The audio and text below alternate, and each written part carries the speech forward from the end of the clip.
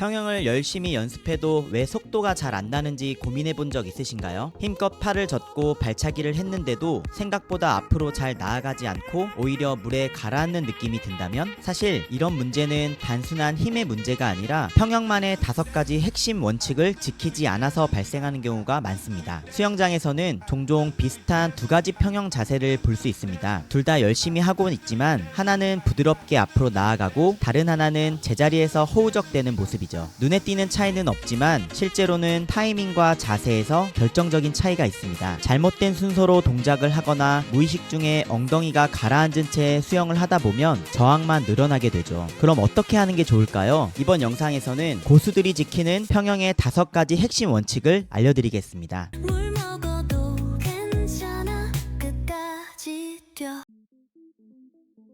첫 번째, 정확한 타이밍입니다. 평형 타이밍은 보통 3가지로 나뉩니다. 지속, 전진, 오버랩 타이밍인데요. 이 중 오버랩 타이밍은 오늘날 세계적인 선수들이 가장 많이 사용하는 방식입니다. 전진 타이밍은 발차기 이후에 잠깐 유선형 자세로 멈춰 있다가 팔을 젓기 때문에 이 멈추는 순간에 속도가 크게 떨어지는 단점이 있어요. 반면 오버랩 타이밍은 다리가 모이기 직전에 팔을 먼저 젓기 시작해서 속도 손실을 최소화할 수 있습니다. 단 팔을 너무 일찍 젓기 시작하면 오히려 형상 저항이 생기고 추진력을 잃게 되니 발차기가 거의 끝날 무렵 정확히 타이밍을 맞춰야 효과적이에요. 특히 발차기가 약한 사람일수록 이 오버랩 타이밍이 더 유리합니다. 팔을 빨리 써서 속도 손실을 줄이고 대신 스트로크 빈도는 조금 더 높게 유지하는 게 좋죠. 물론 유선형 자세로 잠시 멈춰 에너지를 아끼자는 의견도 있지만 현대 평형에서는 속도 유지가 더 중요하다고 보는 경우가 많습니다. 두 번째, 발목의 원 운동과 유연성입니다. 무릎이 아닌 발목에서 동그랗게 회전시키는 동작이 바로 평형의 핵심 추진력입니다. 그런데 단순히 원 운동만 잘한다고 해서 좋은 발차기가 되진 않습니다. 발목과 고관절의 유연성도 정말 중요해요.